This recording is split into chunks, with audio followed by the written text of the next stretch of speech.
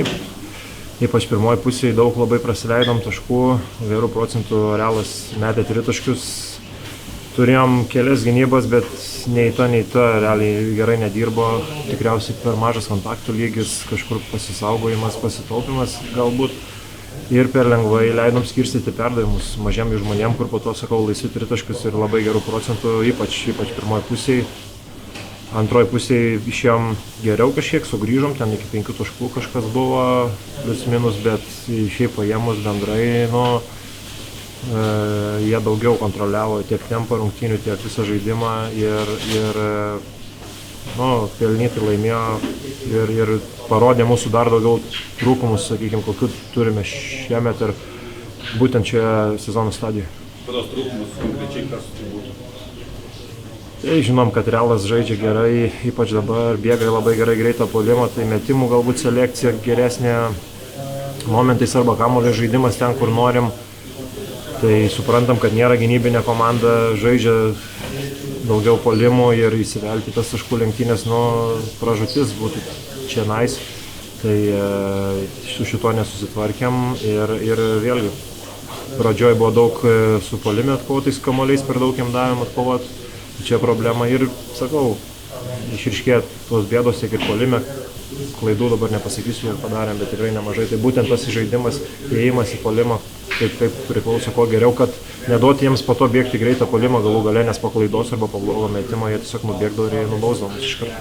Kiek žaidė buvo Arno Butkevičius nekreiptas ir kaip sekėsi maskuoti tą trečią poziciją, kai jam iškrito?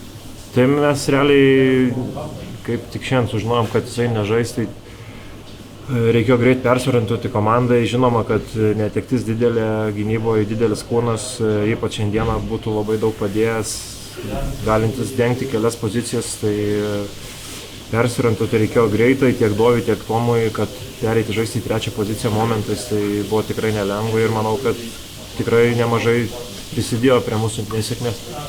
Praėjusio Eurolygos matas, kad lipo deficitą pavyko, nes šiandien irgi buvo atveju, kai 2 ženklius skirtumus sugebėjot priartėti, aišku, nepavyko perspirti rezultatą, bet kažkokį jau matos tendenciją, tai ir to blogai, dėl ko tai pasikinka, kad vis pradžio paleidėt.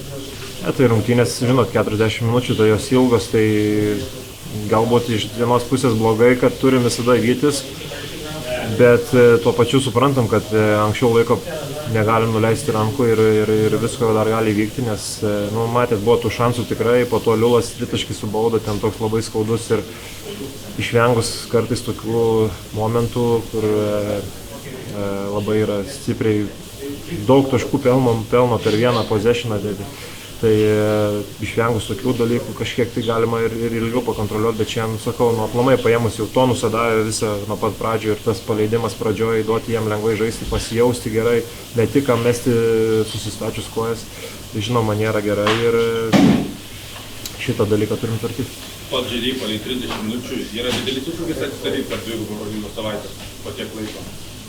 Na taip, iš fizinės pusės taip, turi kuo geriau pailsėti. Sakykime, po tų rungtynių nėra lengva išsimiegoti gerai.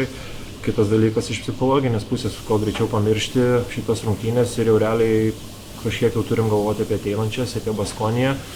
Nes, kaip sakau, nėra kada liūdėti, nėra kada džiaugtis, negailestinga yra Eurolyga ir kiekvienas taškas velniškai svarbus. Per pirmasis 3 kėlinius buvo kelios tokios atkarpos, kur atrodo, kad Realas pabėgti. Kaip jūs sugrįždavote rungtynės, gal kažką galim gero pasimti teigiamo iš tų rungtynių, kaip jūs sugebėdavote sugrįžti?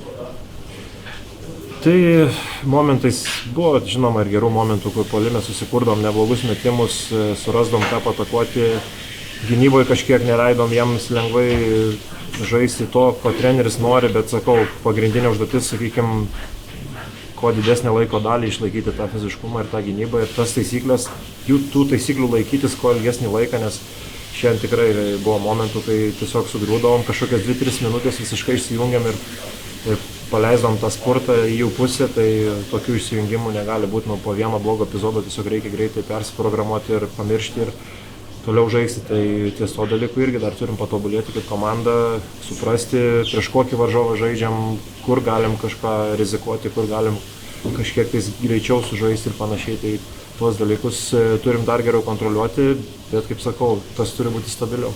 Galbūt Giedraičiui teko labai staigiai persiorientuoti per pirmus 2 mačus, vos 2 minutės žaidė, dabar starto 5, atrodo, kad neblogai gynėsi prieš Kampasą, išprovokavo Jabusėlės pražangą, Polindė pats 10 taškų pelnė, kaip jo vertintum žaidimą šiandien. Tai Dovi norisi tik tai paraginti toliau eiti į priekį ir nebijoti pasimti atsakomybės, ne tik, sakykime, gynyboje daug užduočių gauna, bet ir tuo pačiu puolime, kad jisai nebijotų ir pasimtų daugiau atsakomybės ir būtų dar pavojingesnis. Ir tikrai matom, kad gali gerai sužaisti, tai džiaugiamės už Dovį ir sakau, kuo daugiau turėsim lygiaverčių tų žaidėjų, tuo galėsim labiau nustebinti varžovus.